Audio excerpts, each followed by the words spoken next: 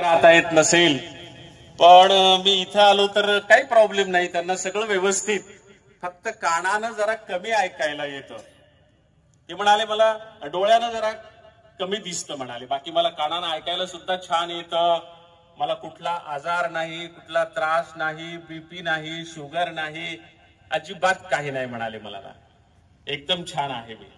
आणि मग देशपांडे साहेबांनी त्यांना जी रामाची मूर्ती देऊन शुभाशीर्वाद दिला की त्यांची शताब्दी पूर्ण होऊ दे, तर ती नक्कीच होणार आहे, त्याची काही अडचणच नाही, कारण त्यांची तब्येत ठणठणीत आहे. शताब्दी होणार आहे आणि शताब्दीचाही कार्यक्रम होणार आहे. त्यामुळं मला या कार्यक्रमाला उपस्थित राहताना आनंद वाटला. मित्र हो, आमचे सूत्रसंचालन करणारे सर, त्यांच्या घरी मी थांबलो होतो. त्यांच्यानी मला म्हणाले की सर तुम्ही या भागात कधी आले नसाल. खरं आहे, करमाळ्याच्या कॉलेजमध्ये 2-3 वेळा मी येऊन गेलो, बाकी सगळ्या मोठ्या गावांना येऊन गेलो, पण या परिसरात इतक्या छोट्या गावात मी आलो नव्हतो. पेहे नावाच्या गावात मात्र मी 2 वेळा येऊन गेलो, मागच्या वर्षी आणि या वर्षी शिवजयंती महोत्सवाच्या व्याख्यानमालेसाठी. इथं मला बोलवलं ते आमच्या राम तरकसेंनी. त्यांचं नाव तरकसे आहे आणि आमच्याकडे एक शब्द आहे तरकटखोर, तुमच्याकडे पण असेल मला वाटतं. एखादा माणूस एखादी गोष्ट ठरवली की तो इतका निश्चयी असतो की तो कुणी काहीही म्हटलं तर ऐकत नाही. अशा माणसाला आमच्याकडे तरकटखोर माणसं म्हणतात. हा जो शब्द आहे तरकसे, त्या तरकटखोर शब्दाशी खूप साम्य असणारा आहे आणि हा माणूसही तसा त्या स्वभावाशी साम्य असणारा आहे. एकदा ठरवलं, मनात घेतलं की तो माणूस ती गोष्ट केल्याशिवाय राहत नाही. त्यांचा माझा परिचय नव्हता, ओळख देख नव्हती. कुठून तरी फोन घेतला आणि 1 वर्षभरापूर्वी त्यांचा मला फोन आला, सर असा असा आहे आणि बिरजेमध्ये आमची शाळा आहे आणि त्या शाळेमध्ये मला तुमचा कार्यक्रम ठेवायचा आहे. म्हटलं शाळा आहे का? म्हणाले हो. म्हटलं मग शाळेत माझा कार्यक्रम ठेवायचा असेल तर मुख्याध्यापकांना वगैरे विचारा, कारण मी तुमच्यापासून 500 किलोमीटर दूर राहतो, मी गाडी घेऊन येणार, त्याचा खर्च असतो. तर ते म्हणाले सर ते तर काय अडचण येणार नाही, पण अडचण आली तर मी समर्थ आहे म्हणले तुमचं सगळं द्यायला, पण मला तुमचा कार्यक्रम ठेवायचा आहे. पण तिथे गेल्याच्या नंतर माझ्या असं लक्षात आलं की त्यांचे संस्थाचालक, त्यांची भेट झाली, त्यांची गोशाला पाहिली, त्यांच्या घरी पण जेवायला गेलो. लक्षात आलं की त्यांचे संस्थाचालक एवढे सुसंस्कृत आहेत की ते असल्या कार्यक्रमाला काही कमी जास्त म्हणणार नाही. पण त्यांच्या डोक्यात होते की ठीक आहे ते देतीलच, पण जे नाही म्हणाले तर तुम्ही त्याची काळजी करू नका, मी समर्थ आहे. खूप सुंदर कार्यक्रम झाला तो. आणि असं वैशिष्ट्य होतं की पलीकडच्या सांगलीला अनेक वेळा गेलो, त्याच्या पलीकडच्या कोल्हापूरला पुष्कळ वेळाच गेलो, मिरजेहून नेहमी जायचो, पण मिरजेत मी कधी खाली गाडीच्या उतरलो नव्हतो. मिरजेत माझा कधी कार्यक्रम झाला नव्हता. मिरजेतला पहिला कार्यक्रम या तरकटखोर माणसानं त्याच्या तरकटीनुसार ठरवला आणि यशस्वी करून दाखवला होता. त्याच्यानंतर पुन्हा लगेच या वर्षी पुन्हा मिरजकरांनी तिथल्या खरे वाचन मंदिराच्या व्याख्यानमालेसाठी मला बोलावलं, तिथं जाऊन आलो. म्हणजे तिथली सुरुवात त्या माणसानं करून दिली आणि इथली सुरुवात त्या माणसानं करून दिली. इथं आल्याच्या नंतर मला समजलं की तुमचं गाव म्हणजे सगळ्या जगाला, आता जग म्हणजे आपण म्हणू तेवढं, सगळ्या जगाला सौभाग्याचं लेणं पुरवणारा आहे. जगात ते बाकीचे लोक ते लावतच नाहीत, त्याच्यामुळे त्यांचा काही प्रश्नच नाही. पण तिकडे आपले जे लोक आहेत अमेरिकेत वगैरे ते लावतात. तर ते ह्या गावामध्ये आहे आणि हे गाव सगळ्यांना ते सौभाग्याचं लेणं पुरवतं, कुंकू पुरवतं. ह्या गावाचं नाव केम. हे असं कसं गावाचं नाव केम, याचा अर्थ काय असं मला वाटलं. केम म्हणजे काय, तर गुजरातीमध्ये केम या शब्दाचा अर्थ काय असा होतो. केमछू म्हणजे काय झालं असं विचारतात ते, बरोबर आहे ना. केम जो गुजराती शब्द आहे, मराठीमध्ये असा काही शब्दच नाही. याचा अर्थ काय, तर कदाचित कुंकुम या शब्दामधला एक कू काढला असेल आणि कूच काही दिवसानंतर म्हणजे बरं वाटत नाही म्हणून किंवा उच्चारायला जास्त वाटतं म्हणून कदाचित त्याचं कूच के झालं असेल आणि ते केम असं झालेलं असेल असा माझा अंदाज आहे. म्हणजे भाषाशास्त्राच्या त्या याच्यानुसार मला असं वाटतं की कदाचित त्या कुंकुम या शब्दापासूनच केम हा शब्द तयार झाला असेल. लोकांनी उच्चार सौकर्य असा एक भाषाशास्त्रामध्ये नियम आहे. लोकांना जो शब्द उच्चारायला अवघड वाटतो त्या शब्दाचं सौकर्य म्हणजे सोपीकरण करतात लोक. तसं काहीतरी या केमचं झालेलं असावं. आणि दुसरी महत्वाची गोष्ट म्हणजे इथं आल्यावर असं समजलं की या गावामध्ये आयुष्यमान माणसं फार आहेत, वयस्क माणसं फार आहेत. म्हणजे मी सांगितलं तुम्हाला की माझ्या आयुष्यात मी कधी 95 वर्षाचा माणूस पाहिला नाही. माझे एक सर आता 91 वर्षाचे झालेत. मागच्या वर्षी त्यांना साहित्य अकादमी पुरस्कार मिळाला, सुधीर रसाळ. ते 91 वर्षाचे आहेत माझे गुरुजी. 91 वर्षापर्यंत माणूस मी पाहिला होता, पण इथं आल्यावर कळालं की हे 95 वर्षाचे आहेत. आणखी एक ग्रस्त काहीतरी 92-93 वर्षाचे आहेत आणि 90 ओलांडलेले अनेक जण आहेत. याच गावामध्ये या माणसांना एवढं जास्त आयुष्य का बरं लाभत असेल? मग माझ्या लक्षात आलं की हे गाव पुण्यवंत याच्यासाठी आहे की हे सगळ्यांना सौभाग्याचं लेणं पुरवतं, सगळ्या बायकांच्या कुंकू वाढवतं, त्यांच्या मालकाचं आयुष्य वाढवतं आणि म्हणून कदाचित त्याचा आशीर्वाद म्हणून या गावातल्या माणसाला दीर्घायुष्य लाभलेलं असेल. खर तर परमेश्वराची भक्ती केली म्हणजे दीर्घायुष्य लाभतं याची काही खात्री नाही. तसं असतं तर आपले संत खूप जगले असते ना. आपले संत खूपच कमी आयुष्य जगलेले आहेत. कमीत कमी ज्ञानदेव आणि जास्तीत जास्त नामदेव. मला माहित आहे 1.25 तास झालं तुम्ही इथं बसले, बोर झाले होते का नाही? बरोबर आहे ना? म्हणून तुमच्यासाठी पहिल्यांदा तुम्हाला प्रेस करण्यासाठी ही कविता म्हटली. मित्र हो, बापावर मी अनेक कविता लिहिल्या, पण त्यातली आणखी एक कविता वाचणार, मग आपण आईच्या कवितेकडे वळू. चालेल? पण आता टाळ्या नाही वाजवायच्या, आता फक्त कविता ऐकून घ्यायची. कविता फार मजेशीर आहे. म्हणजे शेतकरी बाप जरी असला तरी त्याच्या आयुष्यात आणि जगण्यात तत्वज्ञान कसं असतं असं सांगणारी एक कविता सर लिहिलेली आहे मी. ती अलीकडे खूप व्हायरल झाली, खूप लोकांनी ती शेअर केली.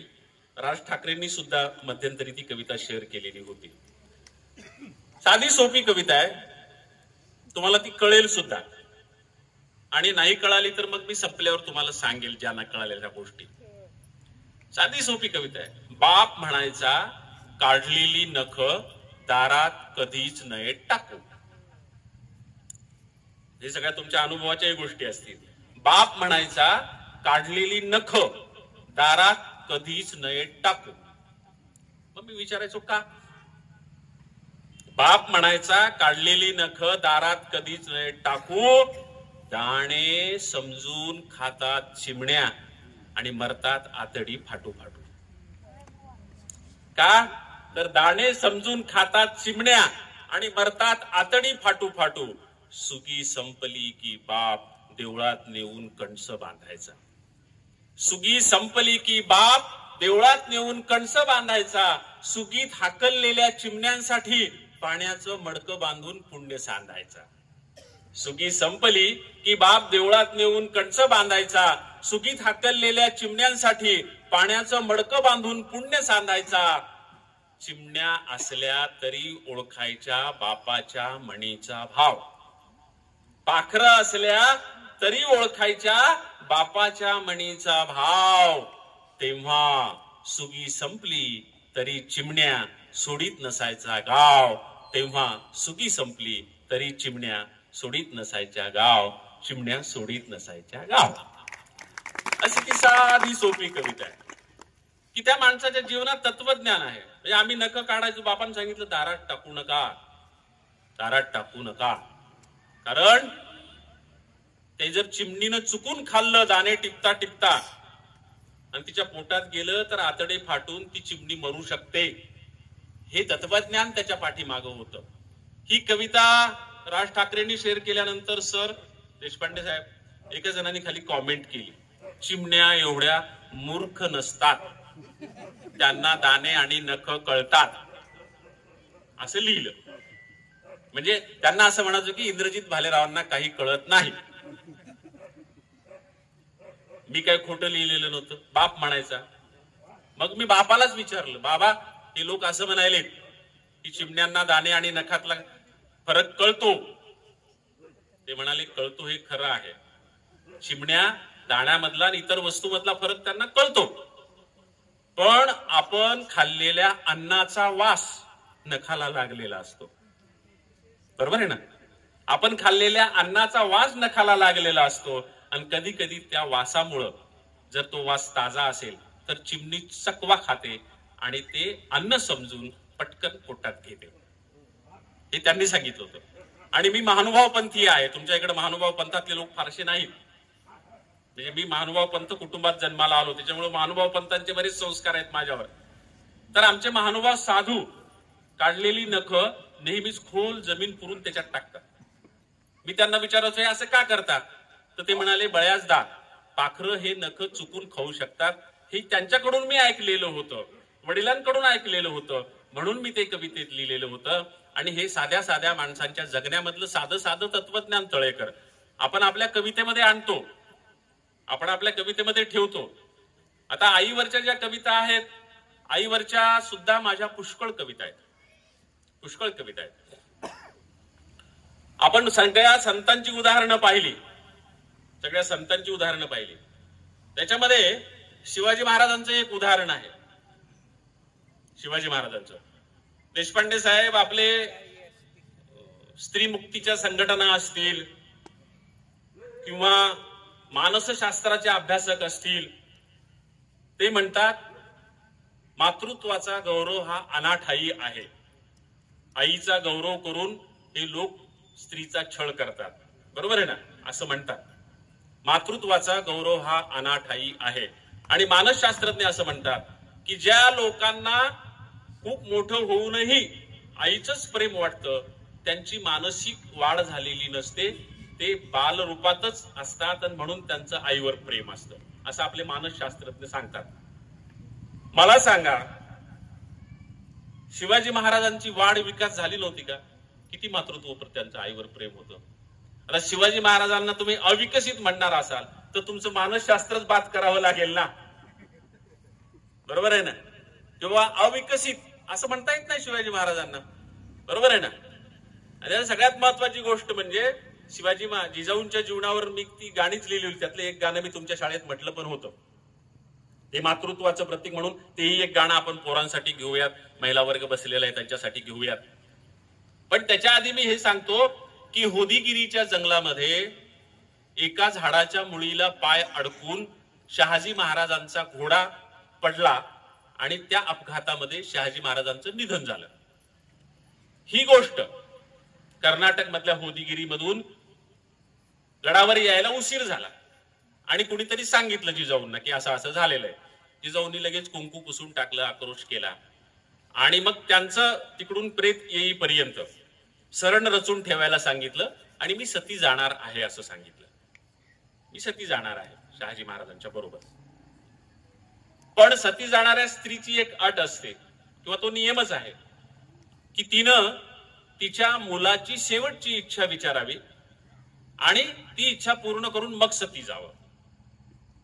त्याच्यासाठी शिवाजी महाराज उपस्थित असणं आवश्यक होतं. त्याच्यामुळं मग सगळे पुरोहित बसले आणि ते म्हणाले की असं असं आहे, आता आपणाला फार दिवस ते प्रेत ठेवता येणार नाही, त्यामुळे महाराजांचे तर अंत्यसंस्कार करावे लागतील आणि तुम्हाला सती जाता येणार नाही कारण शिवाजी महाराज नाहीत, त्यांना शेवटची इच्छा विचारून पूर्ण करण्याची संधी तुमच्याकडे नाही. त्याच्यावर उपाय आहेत म्हणाले. असं असं करता येतं म्हणून जे काही उपाय आहेत ते केले. महाराजांचे अंत्यसंस्कार केले, सरण रचून ठेवलं त्यांच्या बरोबरच. जेव्हा केव्हा शिवाजी महाराज येतील तेव्हा त्यांची शेवटची इच्छा विचारून ती पूर्ण करून मग जिजाऊ सती जाणार होत्या.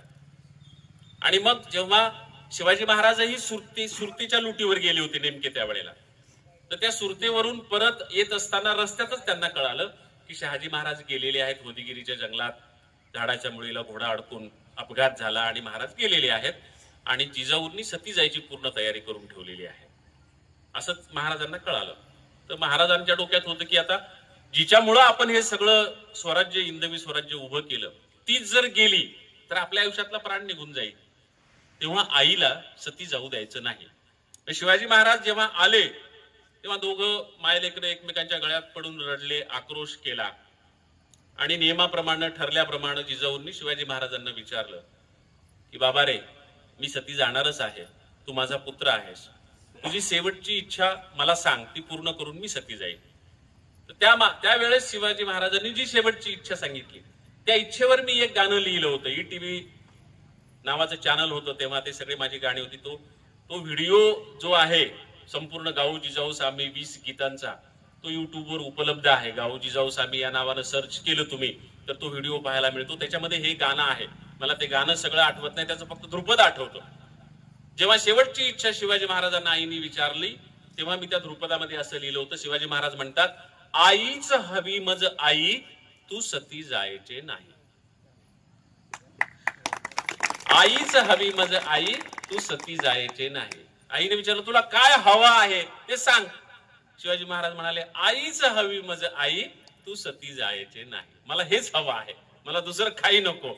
आणि मग शेवटी शिवाजी महाराजांनी संमती न दिल्यामुळं, परवानगी न दिल्यामुळं जिजाऊ सती गेल्या नाही आणि शिवाजी महाराजांच्या आयुष्यापर्यंत पुरल्या. नंतर तुम्ही पहा, जिजाऊ गेल्यानंतर फारच कमी दिवस शिवाजी महाराज जगले. त्यांच्या पाठोपाठ तेही गेले. इतका त्यांचा आईमध्ये प्राण गुंतलेला होता.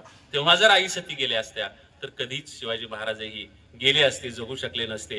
इतके ते मायलेकर एकजीव होते. मातृत्वाचा हा अभेद मेळ होता शिवाजी आणि जिजाऊ म्हणजे. त्याच्यामुळं मी पुन्हा एक गाणं लिहिलं होतं त्या कार्यक्रमामध्ये की कुणीच नव्हते शिवबा संगे नात्या गोत्याचे, एकच नाते जिजाऊचे लखलखत्या पात्याचे. कुणीच नव्हतं नात्या गोत्याचं शिवाजी महाराजांसोबत. कुणीच नव्हते शिवबा संगे नात्या गोत्याचे, एकच नाते जिजाऊचे लखलखत्या पात्याचे. ते एक लखलखतं पातं त्यांच्या सोबत होतं, म्हणून आयुष्यभर ते पराक्रम करू शकले. तो त्यांचा प्राण होता. ती खूप सुंदर तेही गाणं आहे. त्या व्हिडिओमध्ये तुम्हाला तेही गाणं ऐकायला मिळेल. पण या मुलांसाठी, मागं बसलेल्या मुलींसाठी आणि तुम्हा सगळ्यांनाही आवडेल म्हणून त्या कार्यक्रमातलं एक गाणं मातोश्री जिजाऊंची आठवण म्हणून आपण म्हणणार आहोत. एक लहानपणाचं गाणं त्या कार्यक्रमात मी लिहिलं होतं, जिजाऊंच्या लहानपणाचं. कार्यक्रम सगळा तयार झाला, मी गाणी लिहिली, संगीतकारांनी संगीत दिलं, गायकांची प्रॅक्टिस झाली, सगळं झालं. पण ETVचे निर्माते राज साळुंखे मला म्हणाले, सर आणखी एक गाणं लिहावं लागणार आहे जिजाऊंच्या बालपणाचं. म्हटलं, जिजाऊंच्या बालपणाची माहिती कुठल्याच बखरीत, इतिहासात, पुस्तकात नाही. ते म्हणाले, सर माहिती मिळवणं तुमचं काम आहे, माहिती मिळवा आणि गाणं लिहा. म्हटलं, नाही ना मिळत माहिती. मग मी मुंबई मराठी ग्रंथ संग्रहालयात गेलो, सगळे पुरावे पुन्हा शोधले, काही इतिहास संशोधकांना भेटलो. त्यांनी सांगितलं, कुठलीही जिजाऊंच्या बालपणाची माहिती उपलब्ध नाही. एक इतिहास संशोधक म्हणाले की एका ओळीची माहिती उपलब्ध आहे. म्हटलं काय? तर ते म्हणाले की होळीच्या दिवशी 5 वर्षाच्या जिजाऊंनी 7 वर्षाच्या शहाजीच्या अंगावर रंग टाकले, त्या दिवशी त्यांची सोयरीक झाली. म्हटलं, ही वय बाल आहेत पण माहिती सोयरिकीची आहे, बालपणाची काय माहिती आहे? तर ते म्हणाले, बालपणाची काही माहिती नाही. त्याच्यामुळं मग मला आलं टेन्शन की जिजाऊंच्या बालपणावर गाणं कसं लिहायचं. तर टेन्शन आल्यावर पोरांनो तुम्ही काय करता मला माहित नाही. परीक्षेच्या काळात टेन्शन येतं ना तुम्हाला. देवाच्या पाया पडायला जाता का पास होऊ दे म्हणून? अभ्यास करता का कॉप्या करता? अभ्यास करता ना. हा, परीक्षेच्या काळात टेन्शन आल्यावर तुम्ही अभ्यास करता. मला टेन्शन आल्यावर मी काय करतो सांगू काय? मला टेन्शन आलं की मी पोटभर जेवत असतो. त्याचं कारण सांगतो ना. पोटभर जेवलं की गाढ झोप लागते, गाढ झोप लागली की सुंदर स्वप्न पडतात, सुंदर स्वप्न पडली की टेन्शन संपून जातं. ज्या दिवशी ETVनं मला जिजाऊंच्या बालपणावर गाणं लिहायचं टेन्शन दिलं, त्या दिवशी देखील मी पोटभर जेवलो, गाढ झोपलो, मला सुंदर स्वप्न पडलं आणि स्वप्नात आल्या साक्षात राष्ट्रमाता जिजाऊ. म्हणाल्या, बाळा गेल्या अनेक दिवसापासून मी पाहते आहे तू छान छान गाणी लिहितो आहेस माझ्यावर, आज टेन्शन मध्ये का दिसतोयस? म्हटलं, माय तुझ्या बालपणावर गाणं लिहायचंय आणि बालपणाची माहितीच कुठं मिळत नाही. त्या म्हणाल्या, इतकंच का? म्हटलं, माझ्यासाठी आज हेच मोठं संकट आहे. म्हणाले, मग घे लिहून. त्यांनी मला त्यांच्या बालपणाची माहिती सांगितली, ती मी त्या गाण्यामध्ये लिहिली, ETVला दिली. ते ETVचं तेव्हा अत्यंत लोकप्रिय गाणं होतं, आपल्या आवडमध्ये ते गाणं नेहमी लागायचं. त्या गाण्याचे शब्द होते, एकुलती एक लाडाची लेक, जिजाऊ शिकते भाला फेक. एकुलती एक म्हणजे काय तुम्हाला माहित आहे ना? एकुलती एक म्हणजे एकटी, बरोबर आहे ना? पण या गाण्यामध्ये एकुलती एक हा शब्द मी विशेष अर्थानं वापरला होता. काय विशेष अर्थ होता तर ज्या कुळात जिजाऊ जन्माला आल्या त्या कुळात 3 पिढ्यात कोणी स्त्री जन्माला आलेली नव्हती. आधीच्या पिढीत कोणी स्त्री जन्माला आली नाही म्हणजे जिजाऊला आत्या नव्हती. बरोबरीच्या पिढीत कोणी स्त्री जन्माला आली नाही म्हणजे जिजाऊंना बहीण नव्हती. आणि नंतरच्याही पिढीत कोणी स्त्री जन्माला आली नाही म्हणजे जिजाऊंना मुलगी नव्हती. 3 पिढ्यात एकच स्त्री जन्माला आली, तिचं नाव जिजाबाई. म्हणून कदाचित 3 पिढ्यांची स्त्री शक्ती तिच्यामध्ये एकवटली असेल आणि तिनं शिवाजी सारखं नररत्न जन्माला घातलं असेल. त्या जिजाऊंच्या बालपणाची ही कविता ऐकायची ना तुम्हाला? नक्की तयार आहे? तू करायची सुरुवात. एकुलती एक लाडाची लेक, जिजाऊ शिकते भाला फेक. एकुलती एक लाडाची लेक, जिजाऊ शिकते भाला फेक. घोड्यावरती रान फिरती, डोंगरकडे सहज चढे. घोड्यावरती रान फिरती, डोंगरकडे सहज चढे. तलवार हातीबाई करी लख लख, तलवार हातीबाई करी लख लख. जिजाऊ शिकते भाला फेक.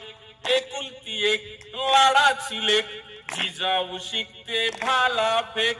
एकुलती एक लाडाची लेक, जिजाऊ शिकते भाला फेक. फू बाई फू, तू बाई तू, हाताला धर गर गर गर. फू बाई फू, तू बाई तू, हाताला धर गर गर गर. मारगिर की बाई भुईला टेक, मारगिर की बाई भुईला टेक. जिजाऊ शिकते भाला फेक. एकुलती एक लाडाची लेक, जिजाऊ शिकते भाला फेक. लाडीचे लाड पुरी वाग, हातात चुडा हिरवा ग. लाडीचे लाड पुरी वाग, हातात चुडा हिरवा ग. पायानं भरल्या मापाला ठेच, पायानं भरल्या मापाला ठेच. जिजाऊ शिकते भाला फेक. एकुलती एक लाडाची लेक, जिजाऊ शिकते भाला फेक. एकुलती एक लाडाची लेक, जिजाऊ शिकते भाला फेक.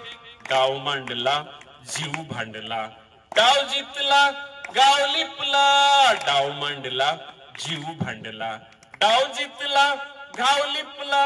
बाजू घेतली बाई मनात नेक, बाजू घेतली बाई मनात नेक. जिजाऊ शिकते भाला फेक. एकुलती एक लाडाची लेक, जिजाऊ शिकते भाला फेक. एकुलती एक लाडाची लेक, जिजाऊ शिकते भाला फेक. एकुलती एक लाडाची लेक, जिजाऊ शिकते भाला फेक. जिजाऊ शिकते भाला फेक, जिजाऊ शिकते भाला फेक. जिजाऊ शिकते भाला फेक, जिजाऊ शिकते भाला फेक. जिजाऊ शिकते भाला फेक. मला सांगितलेली माझ्या जन्माची कहाणी आहे. ही कविता म्हटल्यानंतर मी काही बोलण्याच्या मनस्थितीत राहत नाही, कदाचित तुम्ही काही ऐकण्याच्या मनस्थितीत राहणार नाही. म्हणून ही कविता मी नेहमी कार्यक्रमाच्या शेवटी म्हणत असतो. आणि ही कविता म्हणताना मला खूप त्रास होतो जर मध्ये काही डिस्टर्ब झाला तर. मध्येच कोणी उठलं, मध्येच कोणी बोललं, मध्येच कोणाचा मोबाईल वाजला तर मला त्रास होतो. त्याच्यामुळं माझं कधी कधी डोकं पण सरकतं आजूबाजूला. दगड नसल्यामुळं मी माईक पण फेकून मारतो कधी कधी. त्याच्यामुळे शक्यतो पोरांनो ही कविता म्हणताना मध्ये उठायचं नाही, मध्ये बोलायचं नाही. आणि सगळ्यांच्या मोबाईलला पण सूचना की मध्ये वाजू नको. वाजला तर मी मोबाईलच फोडून टाकेन, मागच्यांचा बिन पुढच्यांचा बिन. शेवटची कविता. ही कविता म्हटल्यानंतर मी बोलणार नाही. त्याच्यामुळं ही कविता म्हणण्याच्या आधी राम तरकसे यांनी तरकटपणा करून मला इथं शेवटी आणलं, त्याबद्दल त्या माणसाचे मी खूप खूप आभार मानतो. खूप प्रेमळ आहे, खूप जिद्दी आहे. तरकटपणा करतो तो कशासाठी तर चांगल्या गोष्टीसाठी. म्हणजे माझ्या अनुभवाला दोनही वेळा त्यांचा तरकटपणा आला तो केवळ चांगल्या गोष्टींसाठी. साहेब मी तुमच्याकडे आलो तेव्हा तुम्ही मला गेस्ट हाऊसला उतरवलं. दुसऱ्या दिवशी मी तुमची गोशाळा पाहिली, म्हटलं मला गोशाळेत का उतरवलं नाही. इतकं सुंदर गेस्ट हाऊस तुमच्या गोशाळेमध्ये होतं ते झोपडीचं छानपैकी. पण मला गेस्ट हाऊस मध्ये नेऊन सोडलं राम तरकसेंनी आणि सगळी व्यवस्था केली. भव्य गेस्ट हाऊस आहे, चांगलं गेस्ट हाऊस आहे ते, फार मोठं गेस्ट हाऊस आहे त्यांच्या मिरजेचं. आणि रूम मधून बाहेर जाताना पुन्हा एकदा परत आले. म्हटले सर तुम्हाला ह्या रूम मध्ये मी का थांबवले माहित आहे का?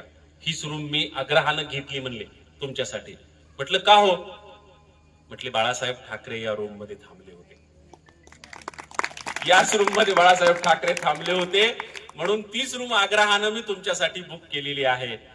कारण माझा बाळासाहेब ठाकरे इतकाच तुमच्यावर जीव आहे, बाळासाहेब ठाकरे इतकंच तुमच्यावर प्रेम आहे म्हणून मी ही रूम तुमच्यासाठी मुद्दाम बुक केली. असं जाता जाता त्यांनी मला सहज सांगितलं, त्याची मला इथं आठवण झाली. एवढं माझ्यावर प्रेम करणाऱ्या त्या माणसाविषयीची कृतज्ञता व्यक्त करतो. इतका उशीर होऊनही आपण इतके जण कार्यक्रमासाठी थांबलात त्याबद्दल आपले सगळ्यांचे खूप खूप आभार मानतो, कृतज्ञता व्यक्त करतो. आमचे तळेकर शेतकरी संघटनेचे कार्यकर्ते आहेत. माझ्यापेक्षा शेतकरी संघटनेच्या कविता त्यांना जास्त पाठ आहेत. त्यांची एकही कविता आज म्हटली नाही, कारण शेतकरी संघटनेच्या कविता एकदा सुरू झाल्या की मग लय धिंगाणा असतो.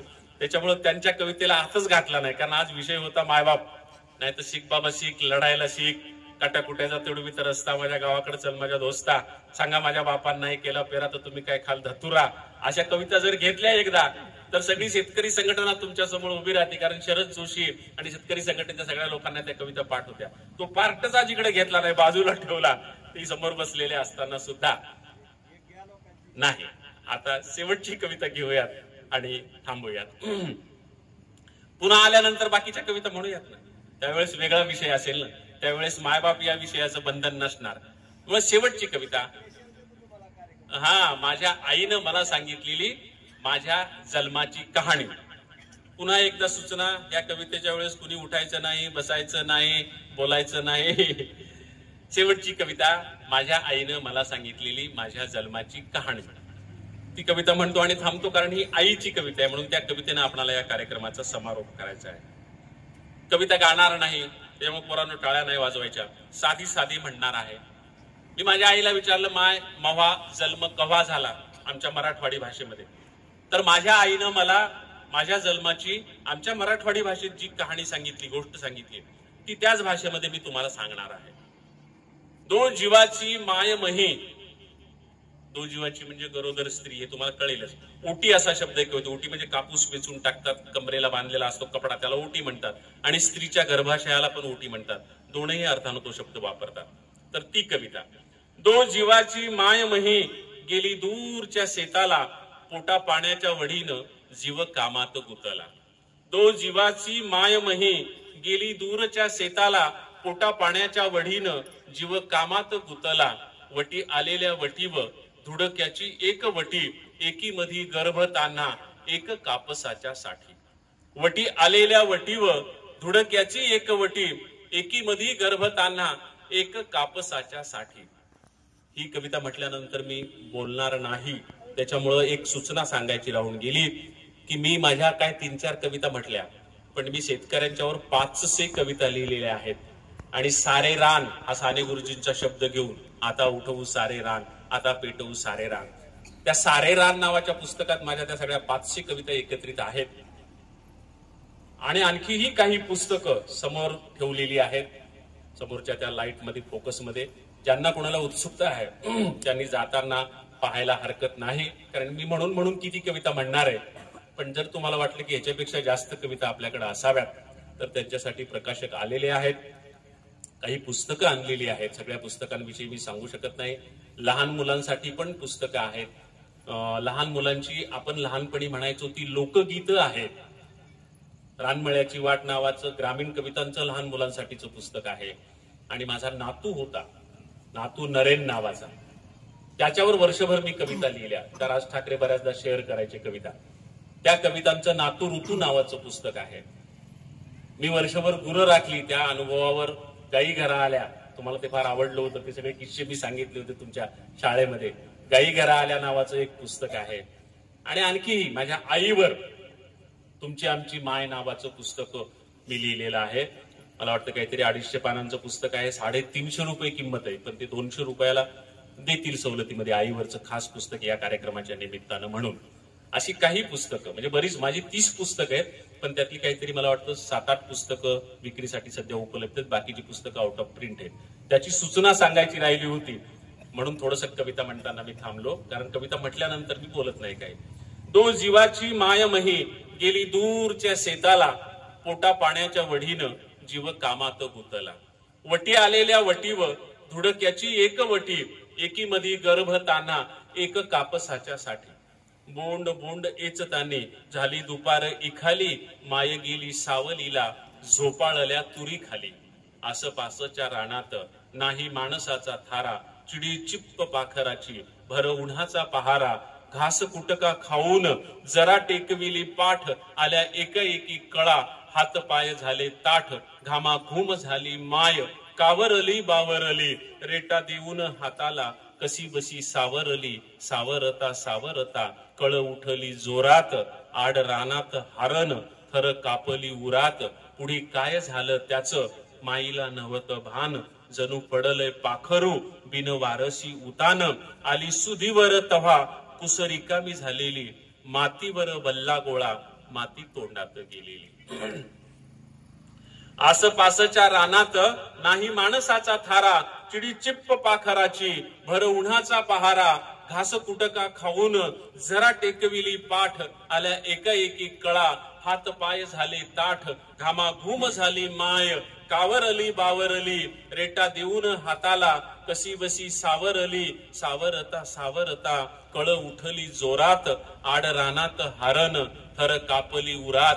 पुढे काय झालं त्याचं माईला नव्हत भान, जणू पडलय पाखरू बिन वारशी उतान. आली सुधीवर तव्हा कुस रिकामी झालेली, मातीवर वल्ला गोळा माती तोंडात गेलेली.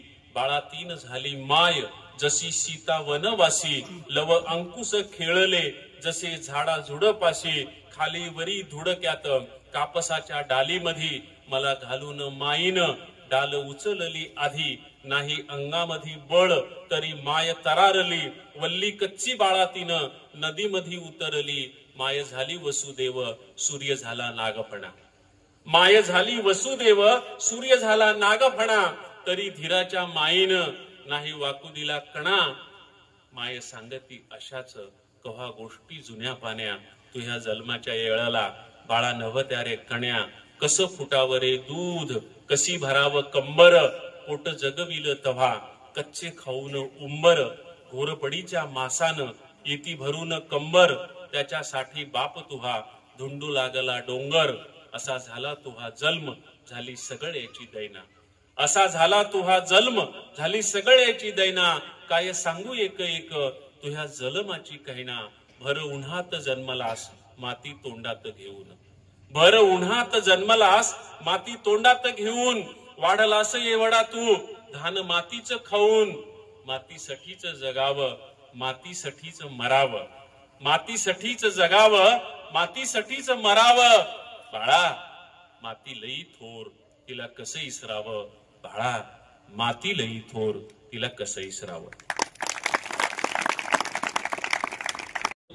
काय 40 वर्ष त्यांना काहीतरी आयुष्य लाभलं तुकोबांना, फार नाही आयुष्य लागलं तुकोबांना.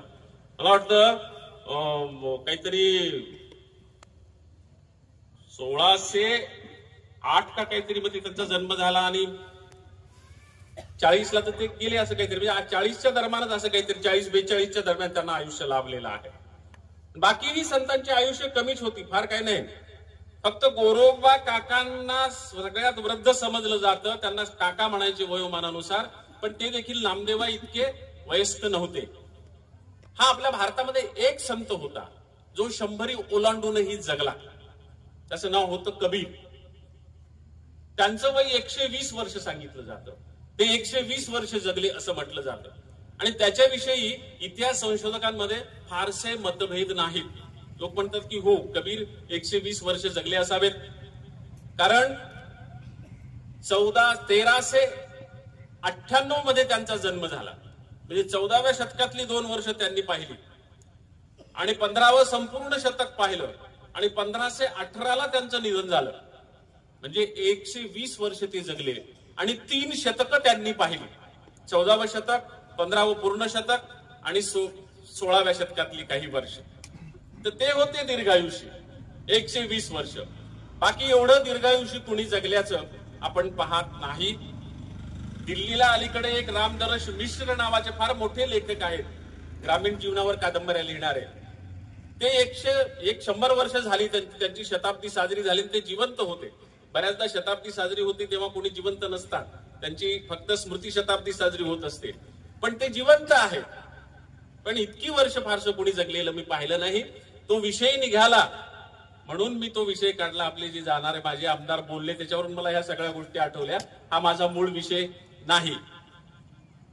विषय काय ठरवायचा या निमित्तानं मी येतो आहे. तर आमचे राम तरकसे म्हणाले, सर आई आणि वडिलांच्या निमित्तानं हा कार्यक्रम आहे. तर म्हटलं हे माय बाप हे दैवत आपुले असाच त्याचा विषय ठरवूयात. आई आणि वडिलांवरच्या कविता प्रामुख्यानं मी घेईल. माझ्या कविता वेगवेगळ्या विषयावर, प्रामुख्याने शेतकरी या विषयावर आहे. तर आई आणि विषयांवरच्या कविता मी घेईल आणि आपण त्या घेत जाऊयात आणि आपण त्या निमित्तानं आई वडिलांना श्रद्धा सुमन वाहूयात. तर ते म्हणाले ठीक आहे सर, हरकत नाही. म्हणून आम्ही तो विषय घेतला, माय बाप हे दैवत आपुले. हे जे शब्द आहेत, माय बाप हे दैवत आपुले, हे माझ्याच एका कवितेतले शब्द आहेत, शिवाजी महाराजांवर लिहिलेल्या कवितेतले. ती कविता मी तुम्हाला ऐकवेल पुढं, नंतर ऐकवेल म्हणजे कवितेच्या मध्ये. पण माय बाप हे दैवत आपुले, आपुल्यासाठी सदैव खपले, चरणी ठेवा भाव, अशी त्या कवितेमधल्या ओळी आहेत. म्हणून ती ओळ घेतली की आई वडील हे आपले दैवत असतात. आणि आई आणि वडील म्हणजे प्रकृती आणि पुरुषाचे प्रतिनिधी असतात, ब्रह्म आणि मायेचे प्रतिनिधी असतात. आदिम अवस्थेमध्ये जरी आपण पाहिलं तरी प्रकृती आणि पुरुष, चिदविलास हा ज्ञानदेवांचा सिद्धांत आहे. चिदविलास ही सृष्टी, ते जे चित आहे त्याचा विलास म्हणजे ही सृष्टी आहे. ब्रह्मा आधी एकटं होतं, त्याला कंटाळा आला, ते बोर झालं आणि त्यानं स्वतःला दुःख केलं, स्वतःचाच एक पार्ट बाजूला केला, त्याला प्रकृती आणि आपण पुरुष झाला आणि पुरुष आणि प्रकृतीतून ही सृष्टी निर्माण झाली असं आपण म्हणतो. तिकडे ख्रिश्चन मायथॉलॉजी मध्ये आदम आणि ईव म्हणतात, सारख्याच आहेत तशा त्या मायथॉलॉजी. प्रकृती आणि पुरुषांपासून ही सगळी सृष्टी निर्माण झालेली आहे, स्त्री आणि पुरुषांपासून ही सगळी सृष्टी निर्माण झालेली आहे. त्यामुळे हे दोन वेगळे नाहीच आहेत, एकच आहेत. आई वडील आपल्यासाठी एकच आहेत आणि त्यांच्या एकत्वातून आपला जन्म झालेला असतो. म्हणून आई वडील हे एकाच नाण्याच्या दोन बाजू आहेत आणि दोन्ही आपल्यासाठी दैवत आहेत, प्रकृती पुरुष आहेत. आणि म्हणून त्याला आपण देवाची रूप म्हणतो ना. माय बाप हे दैवत आपले याच्यासाठी म्हणतो की त्या अर्थानं आपण त्यांना म्हणतो की दैवत, ते प्रकृती आणि पुरुषाचं प्रतीक आहे आणि त्यांच्या संयुगातून आपला जन्म झालेला आहे, म्हणून ते आपलं दैवत आहेत असं आध्यात्मिक अर्थाने आपल्याला म्हणता येतं. आणि आपलं लालन पोषण करून आपल्याला सगळी सृष्टी दाखवतात, म्हणूनही त्या अर्थानं ते आपलं दैवत आहे. आणि देव सगळे ईश्वरावर श्रद्धा ठेवतात. सगळे आपले मराठी जे संत आहेत, ज्ञानदेवांपासून सगळे संत, सगळे देवावर श्रद्धा आहे त्यांची. स्वतःविषयी त्यांनी एक शब्दही आपल्या अभंगांमधून लिहून ठेवला नाही. ज्ञानदेवांना इतका त्रास झाला, पण नामदेवांनी तो लिहून ठेवला. त्यांच्या त्या आदी तीर्थावळी याच्यामध्ये लिहून ठेवला, समाधीमध्ये. स्वतः ज्ञानदेवांनी एका अक्षरानं ते लिहून ठेवलं नाही. फक्त ईश्वर हाच आपल्या कवितेचा विषय असावा असं सगळ्या संतांना वाटायचं. पण त्या ईश्वराकडे जाण्याचा त्यांचा रस्ता सुद्धा मातृत्वाच्या मार्गाने गेलेला होता. म्हणून आपण पाहतो की देवात त्यांनी आई पाहिली. ही मी तुम्हाला सांगण्याची गरज नाही. विठाई माऊली आपण म्हणतो, हे त्याच प्रतीक आहे. इतक्या जवळ तुमच्या आहे ती विठाई माऊली की मी तुम्हाला ते सांगण्याची गरज नाही. ज्ञानेश्वरला सुद्धा आपण माऊली म्हणतो, ते सुद्धा मी तुम्हाला सांगण्याची गरज नाही. नामदेवांनी आणि इतर संतांनी याच अर्थाचे अभंग लिहिलेले आहेत आणि देवाला मातृत्वाच्या रूपात पाहिलेला आहे. पक्षिणी प्रभाते चारी अशी जाये, पिलू वाटप आहे, हा सुमन कल्याणपूरनी गायलेला अतिशय अप्रतिम असा नामदेवांचा अभंग आहे. की ती पक्षिणी सकाळी सकाळी चारा गोळा करण्यासाठी जाते, घरी तिचं पिलू वाट पाहत असतं. देवा, मी सुद्धा त्या पिलासारखी तुझी वाट पाहतो. अशा प्रकारे त्या आई आणि लेकराच्या रूपकातून देवात आणि आपल्यामध्ये नातं शोधण्याचा प्रयत्न या सगळ्या संतांनी केलेला आहे. आमची जनाबाई देखील याच रूपकात देवाला पाहते. घार हिंडते आकाशी, चित्त तिचे पिल्लापाशी, माता गुंतली कामाशी, लक्ष तिचे बाळापाशी. वानर हिंडे झाडावरी पिली बांधुनी उदरी तैसी आम्हा विठ्ठल माये जनी वेळोवेळा पाहे. जनाबाईने सुद्धा तेच सांगितलं. सगळी ही मातृत्वाची रूपकं आहेत. आकाशातली घार असेल, घरात काम करणारी आई असेल, झाडावर फिरणारी ती वानरी असेल, पिलू पोटाला बांधून फिरणारी ती आई असेल, तर मग जनाबाई म्हणते की तैसी आम्हा विठ्ठल माये जनी वेळोवेळा पाहे. आमच्याकडे ती असं लक्ष देऊन असते. घार जशी आकाशी हिंडत असली तरी पिल्लाजवळ लक्ष असतं, तशी आमची माऊली जगभर फिरत असली तरी आमच्याजवळ लक्ष असतं. हे ते सगळं त्या रूपकातून पाहिलेलं आहे. एकनाथ महाराजांनी सुद्धा त्याच रूपकातून देवाकडे पाहिलेलं आहे. त्यांचा तो प्रसिद्ध अभंग जो भीमसेन जोशींच्या पहाडी आवाजात आपल्या काना मनात भरलेला आहे. माझे माहेर पंढरी आहे भिवरेच्या तिरी, माझे माहेर पंढरी आहे भिवरेच्या तिरी,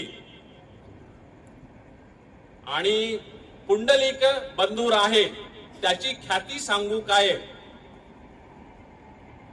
मला वाटतं त्याच्या आधी आई वडिलाचं. माझे माहेर पंढरी आहे भिवरेच्या तिरी, बाप आणि माय विठ्ठल आणि रखुमाय, आणि मग पुंडलिक बंधूर आहे त्याची ख्याती सांगू काय. बहीण माझी चंद्रभागा करी तसे पाप भंगा, एका जनार्दनी शरण करी माहेरीची आठवण. असा तो अभंग आहे नाथ महाराजांचा. त्यांनी सुद्धा माहेरच्या रूपकातच पंढरी पाहिली, आई वडिलांच्या रूपकातच देव पाहिले. आणि कन्या सासुराशी जाय मागे परतोनी पाहे, तैसे झाले माझ्या जीवा केव्हा भेटशी केसवा. त्याच पुन्हा सासूरवासिनीच्या मायलेकीच्या रूपकामध्ये ईश्वराकडं आपल्या तुकोबांनी सुद्धा पाहिलेलं आहे. सगळ्या संतांनी त्याच रूपकातून देवाकडे पाहिलेलं आहे. म्हणजे जरी ते देव म्हणत असले, देवाशिवाय दुसरा विषय त्यांच्या समोर नसला तरी देवाकडे जाण्याचा मार्ग मातृत्वाच्या मातेच्या वाटेतून माय वाटेतून होता हे आपण पाहत असतो. आणि म्हणून हे आईचं आणि माणसाचं बापाचं आणि त्याच्या मुलाचं जे नातं आहे. आईवर सगळे लोक कविता लिहित होते, बापावर फारसं कुणी कविता लिहित नसे. बापावर कविता पहिल्यांदा मराठी भाषेत मी लिहिलेली आहे. बापावर पहिल्यांदा कविता मी लिहिली, त्याला आता 35 वर्ष झाली. ती कविता 5वीच्या पुस्तकात अभ्यासक्रमाला होती. राम शेवाळकरांनी ती लावली होती. तुमच्या शाळेत मी तो किस्सा सांगितला होता. राम शेवाळकरांनी ती कविता लावली आणि मग ती कविता 5वीच्या पुस्तकात अभ्यासाला लागल्यावर त्या 5वीच्या पुस्तकाचं परीक्षण राग जाधव नावाचे विद्वान करणार होते. परीक्षण करत असतात, जरी एक अभ्यास मंडळानं अभ्यास तयार केला तरी पुन्हा एक परीक्षण मंडळ असतं, त्यांनी फायनल केल्यावरच ते अभ्यासाला लागतं. तर राग जाधव यांच्यासारखा मोठा विद्वान समीक्षक त्याचा परीक्षक होता. त्यांनी ते पाहिल्याच्या नंतर त्यांनी विचारलं शेवाळकरांना की सर, आपण आतापर्यंत आईवरच्या कविता ठेवत होतो, माधव जुलियनांची कविता असेल, यशवंतांची कविता असेल, या सगळ्या कविता आपण अभ्यासक्रमाला ठेवायचो. पुढे नारायण चुबेंची असेल, नंतर फमू शिंद्यांची कविता होती, पण ती माझ्या नंतर होती, बाप कवितेच्या नंतर. आता आपण बाप कविता का ठेवतो आहोत, कारण काय याचं? तर त्यांनी जरा गमतीशीर उत्तर दिलं होतं. ते म्हणाले की पूर्वी काय होतं, स्त्री ही बंधनात होती, गुलामीत होती. त्याच्यामुळं काय व्हायचं की बाप म्हणजे आईला त्या लेकराच्या बडव बडव बडवायचा, ती बिचारी रडायची, सहन करायची. तो मुलगा ते पाहायचा आणि पुढं कवी झाल्यावर त्याला आईची दया यायची, बापाचा राग यायचा. त्याच्यामुळं सगळे कवी आईवर कविता लिहायचे, बापावर कोणी कविताच लिहित नसे. त्याच्यामुळं कदाचित तसं झालं असेल म्हणले.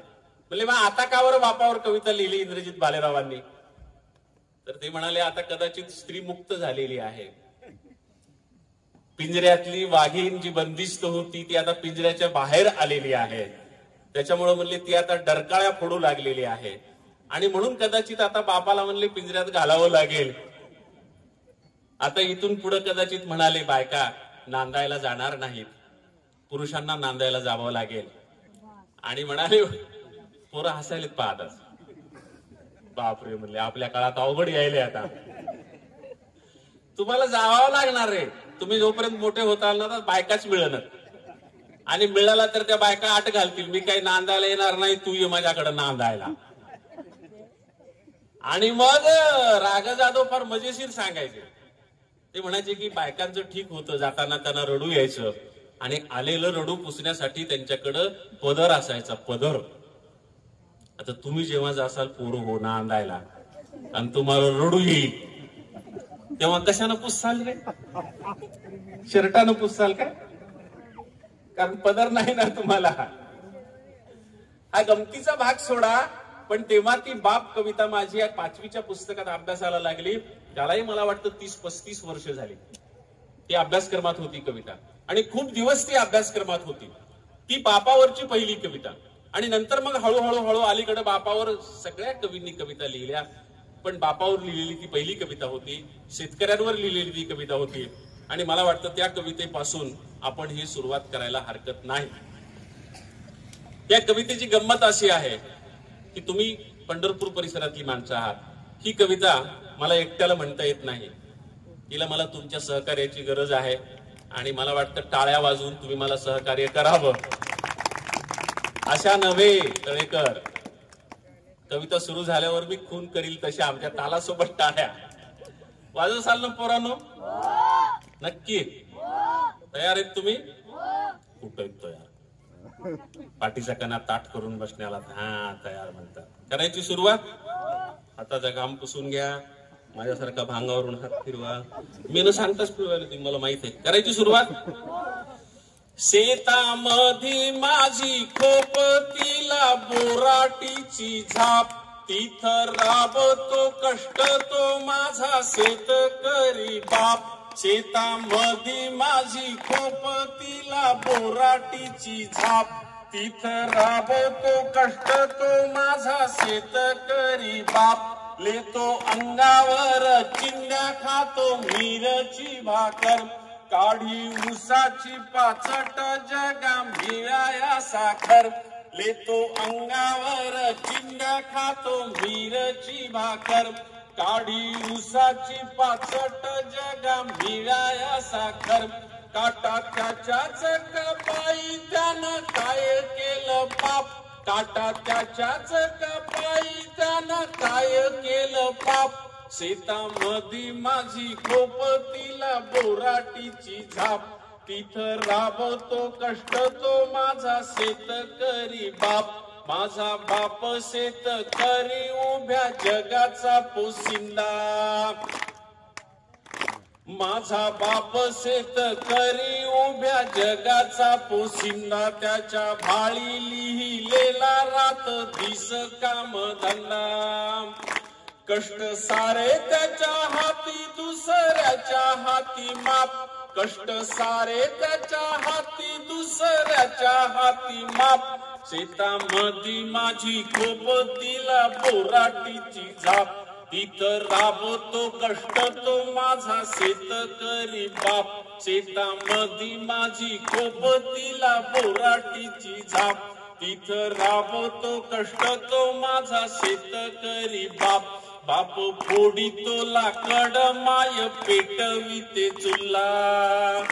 बाप फोडितो लाकड, माय पेटविते चुल्ला. घामा मागल्या पिठाची काय चव सांगू तुला. आम्ही कष्टाचंच खातो, जग करी हप्पाहाप. आम्ही कष्टाचंच खातो, जग करी हप्पाहाप. शेतामधी माझी खोप, तिला बोराटीची झाप, तिथं राबतो कष्ट तो माझा शेतकरी बाप.